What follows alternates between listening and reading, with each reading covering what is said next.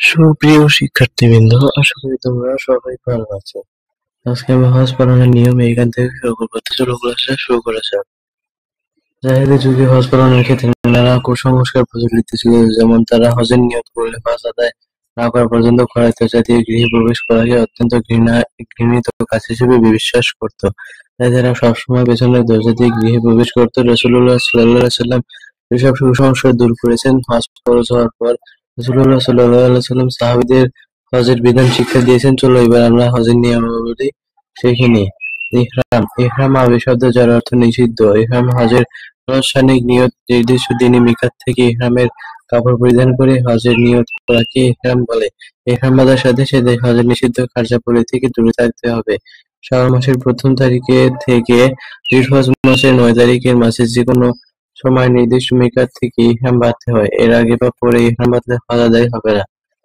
ওযু ও গোসল করে ২ রাকাত নফল সালাত আদায় করে ইহরাম বাঁধতে হয়। ইহরাম বাঁধার সময় পুরুষের জন্য ইহরামের নির্দিষ্ট কাপড় তথা সেলাইবিহীন দুটি চাদর পরিধান করতে হয়। নারীগণ স্বাভাবিক পোশাক পরিধান করবে, তবে মুখ খোলা রাখবে। কিবলামুখী হয়ে পুরুষগণ সশব্দে আর নারীগণ নীরবে ৩ বার তালবিয়ার পাঠ করবে। তার তালবিয়া হলো লাব্বাইক আল্লাহুম্মা লাব্বাইক, লাব্বাইক লা শারীকা লাকা লাব্বাইক, ইন্নাল হামদা ওয়া নি'মাতা লাকা ওয়াল মুলক লা শারীকা লাকা।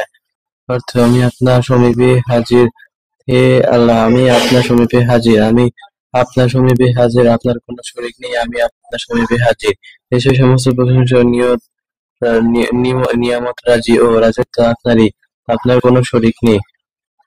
তারপর দরুদ পাঠ করে নিজের ইচ্ছামতো দোয়া করতে হয়। ইহরাম বাঁধার পর দোয়া করা সুন্নত। হজ ও উমরাহর উদ্দেশ্য ছাড়াও বহিরাগত কেউ বাইতুল্লাহ জিয়ারত করতে গেলে তাকেও মিকাত থেকে ইহরাম বাঁধতে হয়। তাওয়াফে কুদুম। তাওয়াফে কুদুম অর্থ আগমনকারী তাওয়াফ। মক্কার বহিরাগত হাজীগণ মক্কায় প্রবেশ করে প্রথমে বাইতুল্লায় গিয়ে যে তাওয়াফ করে তা তাওয়াফে কুদুম বা আগমনকারী তাওয়াফ নামে পরিচিত। তাওয়াফে কুদুম আদায় করা সুন্নাত। মক্কায় বসবাসকারী হাজীদের তাওয়াফে কুদুম করার প্রয়োজন নেই, কারণ তারা মক্কাতেই থাকেন। যেকোনো সময় ইচ্ছা করলে তাওয়াফ করতে পারেন। আর যারা উমরাহ করবে তাদেরও আলাদা করে তাওয়াফে কুদুম করার প্রয়োজন নেই, কেননা উমরাহ তাওয়াফে কুদুমের স্থলাভিষিক্ত হিসেবে গণ্য হয়। যখন কাবা শরীফ দৃষ্টিগোচর হবে, আল্লাহু আকবার ও লা ইলাহা ইল্লাল্লাহ পড়বে। হাজারে আসওয়াদ থেকে তাওয়াফ শুরু করতে হয়। কোনো মুসলমানকে কষ্ট না দিয়ে যদি সম্ভব হয় তাহলে হাজারে আসওয়াদ চুম্বন করবে। হাজারে আসওয়াদ চুম্বন করা সম্ভব না হলে হাজারে আসওয়াদের মুখোমুখি দাঁড়িয়ে আল্লাহু আকবার ও লা ইলাহা ইল্লাল্লাহ পড়বে। আর প্রতি চক্কর দেওয়ার সময় এভাবে হাজারে আসওয়াদ চুম্বন করবে বা মুখোমুখি দাঁড়িয়ে আল্লাহু আকবার ও লা ইলাহা পড়বে। আল্লাহ তাআলার প্রশংসা করবে ও রাসূলুল্লাহ সাল্লাল্লাহু আলাইহি ওয়াসাল্লামের উপর দরুদ পাঠ করবে। হাজারে আসওয়াদ চুম্বন করা সুন্নাত, আর কোনো মুসলিমকে কষ্ট দেওয়া থেকে বিরত থাকা ওয়াজিব। হাতিমের বাইরে দিয়ে তাওয়াফ করতে হয়। প্রথম ৩ চক্কর দেওয়ার সময় রমল করতে হয়। রমল অর্থ দৃঢ়ভাবে ২ কাঁধ দুলিয়ে দ্রুত চলা। রমলের সময় ভিড়ের ভেতর পড়ে গেলে দাঁড়িয়ে যাবে, আবার যখন ফাঁকা পাবে তখন রমল করবে। অবশিষ্ট ৪ চক্কর স্বাভাবিক অবস্থায় চলতে হয়। তাওয়াফের সময় পুরুষের চাদর ডান বগলের নিচ দিয়ে নিয়ে বাম কাঁধের উপর রাখতে হয়। একে ইজতিবা বলে। তাওয়াফের প্রতি চক্কর রুকনে ইয়ামিনী স্পর্শ করা মুস্তাহাব। তাওয়াফ শেষে জমজম কূপের পানি পান করা মুস্তাহাব। বাইতুল্লাহমুখী হয়ে দাঁড়িয়ে বিসমিল্লাহ বলে পানি পান করা শেষে আলহামদুলিল্লাহ বলা উত্তম। মাকামে ইব্রাহিমে সালাত আদায়। রাসূলুল্লাহ সাল্লাল্লাহু আলাইহি ওয়াসাল্লাম কাবা শরীফের ৪ চক্কর তাওয়াফ শেষ করে মাকামে ইব্রাহিমের পেছনে ২ রাকাত সালাত আদায় করেছেন। তাওয়াফের নফল হলো ২ রাকাত সালাত আদায় করা ওয়াজিব। রাসূলুল্লাহ সাল্লাল্লাহু আলাইহি ওয়াসাল্লাম বলেন, তাওয়াফের জন্য প্রতি ৭ চক্করের পর ২ রাকাত নামাজ আদায় করে। মাকামে ইব্রাহিমের যত নিকটবর্তী স্থানে সালাত আদায় করা যায় ততই ভালো। ভিড়ের কারণে সম্ভব না হলে হারাম শরীফের যেকোনো স্থানে নামাজ আদায় করা যায়। মাকামে ইব্রাহিমে সালাত আদায় করে দোয়া করা উত্তম। সাই অর্থ দৌড়াদৌড়ি করা, দ্রুত চলা, পথ অতিক্রম করা। তাওয়াফে বিদা আদায় করে সাফা ও মারওয়া পাহাড়ের মাঝে সাই করতে হয়। সাফা পাহাড় থেকে সাই শুরু করে মারওয়া পাহাড়ে সাই শেষ করতে হয়। তখন সাফা পাহাড়ের দিকে যাওয়ার সময় বাইতুল্লাহর দিকে মুখ করে আল্লাহু আকবার, লা ইলাহা ইল্লাল্লাহ বলবে আর রাসূলুল্লাহ সাল্লাল্লাহু আলাইহি সাল্লামের উপর দরুদ পাঠ করবে। উভয় হাত উপরে উঠিয়ে দোয়া করবে। বাতনুল ওয়াদি বা যা বর্তমানে সবুজ রং দ্বারা চিহ্নিত করা আছে সেখানে দৌড়াতে হবে। ভিড়ের কারণে দৌড়ানো সম্ভব না হলে দ্রুত হাঁটতে হবে। তবে নারীরা স্বাভাবিকভাবে হেঁটে পথ অতিক্রম করবে। সাই করা ওয়াজিব। নফল তাওয়াফ এ সময় ইচ্ছা নফল তাওয়াফ এই সময় যতবার ইচ্ছা নফল তাওয়াফ করা যায়, কিন্তু ইসলামী শরীয়তে নফল সাই করার বিধান নেই। প্রতিবার নফল তাওয়াফ করে মাকামে ইব্রাহিমে 2 রাকাত সালাত আদায় করতে হয়। রাসূলুল্লাহ সাল্লাল্লাহু আলাইহি ওয়াসাল্লাম নফল তাওয়াফের ফজিলত সম্পর্কে বলেন, তাওয়াফের প্রতি কদমে আল্লাহ তাআলা তাওয়াফকারীর একটি গুনাহ মাফ করেন এবং একটি সওয়াব লেখেন এবং 10টি মর্যাদা বৃদ্ধি করেন। 7ই জিলহজ 7 তারিখ জোহরের জিলহজ মাসের 7 তারিখে জোহরের সালাতের পর হাজীগণের করণীয় সম্পর্কে ইমাম খুতবা দেন। হাজীদের উচিত তা যথাযথভাবে শুনে সে অনুযায়ী আমল করা। 8ই জিলহজের 8 তারিখে সূর্যোদয়ের পর জোহর সালাতের আগে হাজীগণ মিনায় যাবেন। তবে যারা হজে তামাত্তু আদায় করবে অর্থাৎ প্রথম উমরাহ আদায় করে ইহরাম খুলেছে তারা এদিন ইহরাম বাঁধবে। সুন্নাত অনুযায়ী গোসল করে ইহরামের চাদর পরিধান করে বায়তুল্লাহ আসবে ও সেখানে ইহরাম বাঁধবে। তাদের জন্য মসজিদুল হারামে ইহরাম বাঁধা মুস্তাহাব। তবে হারাম শরীফের অভ্যন্তরে যেকোনো জায়গা থেকে ইহরাম বাঁধা জায়েজ আছে। মিনায় যাওয়ার সময় তালবিয়া পাঠ করতে থাকবে। সেখানে 8 তারিখ জোহর থেকে 9 তারিখ পর্যন্ত 5 ওয়াক্ত সালাত আদায় করা সুন্নত। 9 জিলহজ ফজরের নামাজ আদায় করে সূর্যোদয়ের পর আরাফার ময়দানের উদ্দেশ্যে যাত্রা করবে ও সেখানে অবস্থান করবে। কেউ যদি মিনায় না যেয়ে থাকে তাহলে সে সরাসরি আরাফা অভিমুখে রওনা হবে। তবে রাসূলুল্লাহ সাল্লাল্লাহু আলাইহি ওয়াসাল্লামের সুন্নত অনুসরণ না করার কারণে তার কাজটি মন্দ কাজ হিসেবে পরিগণিত হবে। আরাফার মাঠে অন্য লোকেদের সাথে অবস্থান করবে, আলাদা অবস্থান করবে না, কেননা তা অহংকার প্রকাশ করে আর জামাতের সাথে দোয়া কবুলের সম্ভাবনা বেশি থাকে। সূর্য পশ্চিম দিক হেলে পড়লে ইমাম লোকদের নিয়ে 1 আযান ও 2 ইকামতে জোহর ও আসরের সালাত জোহরের ওয়াক্তে একসাথে আদায় করবেন। আর জোহর ও আসরের মাঝে কোনো নফল সালাত আদায় করা মাকরুহ, তাই নফল সালাত আদায় করা যাবে না। সালাত আদায়ের পূর্বে ইমাম খুতবা পাঠ করবেন। খুতবায় তিনি হজের বিধি-নিষেধ বর্ণনা করবেন ও মুসলিম উম্মাহর সমস্যা ও সমাধান নিয়ে আলোচনা করবেন। মুসলিম উম্মাহের ঐক্য ও সংহতির উপর গুরুত্ব আরোপ করে দিক নির্দেশনামূলক বক্তব্য দেবেন। এরপর সবাইকে সাথে নিয়ে ইমাম দোয়া করবেন। রাসূলুল্লাহ সাল্লাল্লাহু আলাইহি ওয়াসাল্লাম আরাফার ময়দানে 2 হাত প্রসারিত করে দোয়া করতেন। আরাফার ময়দানে অবস্থান হজের সবচেয়ে গুরুত্বপূর্ণ ফরজ কাজ। যে আরাফার ময়দানে ইহরামে দিয়ে অবস্থান করলো সে হজ পেল।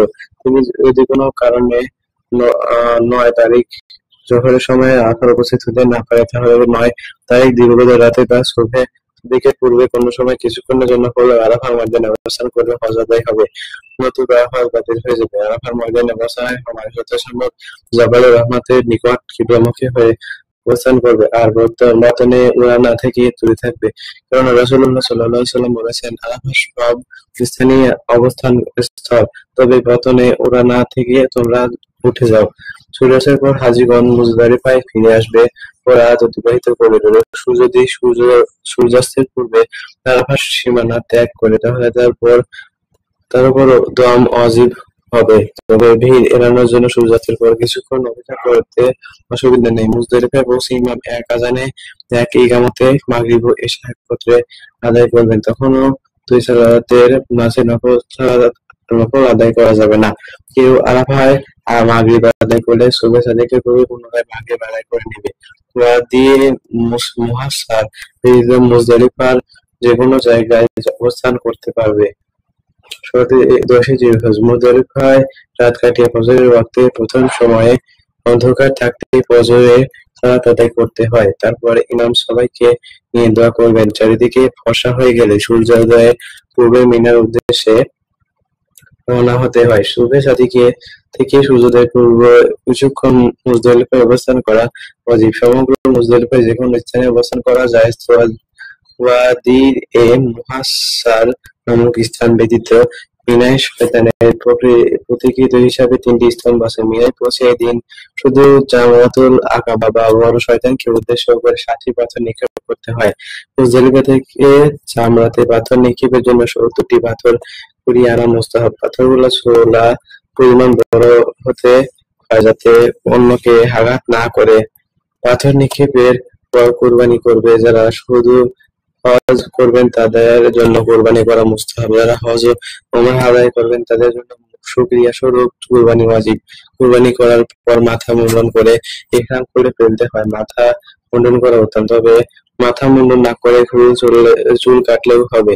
চুল কাটার নিয়ম হলো অগ্রভাগ থেকে 1 আঙ্গুল পরিমাণ চুল কাটবে। মেয়েদের চুলের অগ্রভাগ থেকে কিছুটা কাটতে হয়। তখন থেকে স্বাভাবিক পোশাক পরিধান করতে পারবে ও অন্য সবকিছু করতে পারবে, তবে সম্পূর্ণ হালাল হবে না। তারপর জিলহজের 10, 11, 12 তারিখ সূর্যাস্তের পূর্বে যে কোনো একদিন বাইতুল্লাহ তাওয়াফ করতে হয়। এটি তাওয়াফে জিয়ারত নামে পরিচিত। তাওয়াফে জিয়ারত আদায় করা ফরজ। 12 তারিখ সূর্যাস্তের পর তাওয়াফে জিয়ারত আদায় করা মাকরুহ। কেউ বিলম্বে তাওয়াফে জিয়ারত করলে তার উপর দম ওয়াজিব হবে। তাওয়াফে জিয়ারত আদায় করে মিনায় ফিরে 11 ও 12 তারিখ অবস্থান করবে। এই দিনগুলোতে মিনায় অবস্থান না করা মাকরুহ। 11 ও 12 জিলহজ প্রতিদিন দুপুরের পর মিনার প্রতিটি স্তম্ভে 7টি করে মোট 21টি পাথর নিক্ষেপ করবে। পাথর নিক্ষেপের সময় যেখানে সবাই দাঁড়ায় সেখানে দাঁড়িয়ে আল্লাহু আকবার ও লা ইলাহা ইল্লাল্লাহ বলবে। আর রাসূলুল্লাহ সাল্লাল্লাহু আলাইহি ওয়াসাল্লামের উপর দরুদ পাঠ করবে ও দোয়া করবে। 11 জিলহজ মিনার মসজিদুল খায়েফ জোহরের সালাতের পর ইমাম খুতবা দিবেন। সবার খুতবা শোনা উচিত। কেউ 12 তারিখ পাথর নিক্ষেপ করে মক্কায় ফিরতে চাইলে মক্কায় ফিরে আসবে। মিনায় থেকে 13 তারিখ দুপুরের পর আবার প্রতিটি স্তম্ভে 7টি করে 21টি পাথর নিক্ষেপ করবে। রাসূলুল্লাহ সাল্লাল্লাহু আলাইহি ওয়াসাল্লাম 13 তারিখ মিনায় অবস্থান করেছিলেন।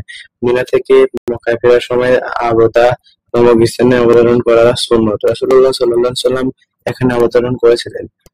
তাওয়াফে বিদা বা বিদায়ী তাওয়াফ। হজ পালনকারী অর্থাৎ যারা মক্কার বাইরে থেকে হজ আদায় করতে আসেন তাদের জন্য দেশে ফিরে যাওয়ার আগে তাওয়াফে বিদা বা বিদায়ী তাওয়াফ আদায় করা ওয়াজিব। এর মাধ্যমে হজের কার্যাবলী আনুষ্ঠানিকভাবে শেষ হয়। তবে জিলহজ মাসের 12 তারিখের পর যে কোনো তাওয়াফ বিদায়ী তাওয়াফ হিসেবে আদায় হয়ে যায়। বিদায়ী তাওয়াফ করার পরে কেউ মক্কায় অবস্থান করলে মক্কা থেকে ফিরে যাওয়ার সময় পুনরায় তাওয়াফ করা মুস্তাহাব। বাড়ির কাজ। হজের ধর্মীয়, সামাজিক তাৎপর্য বা শিক্ষার একটি তালিকা তৈরি করো।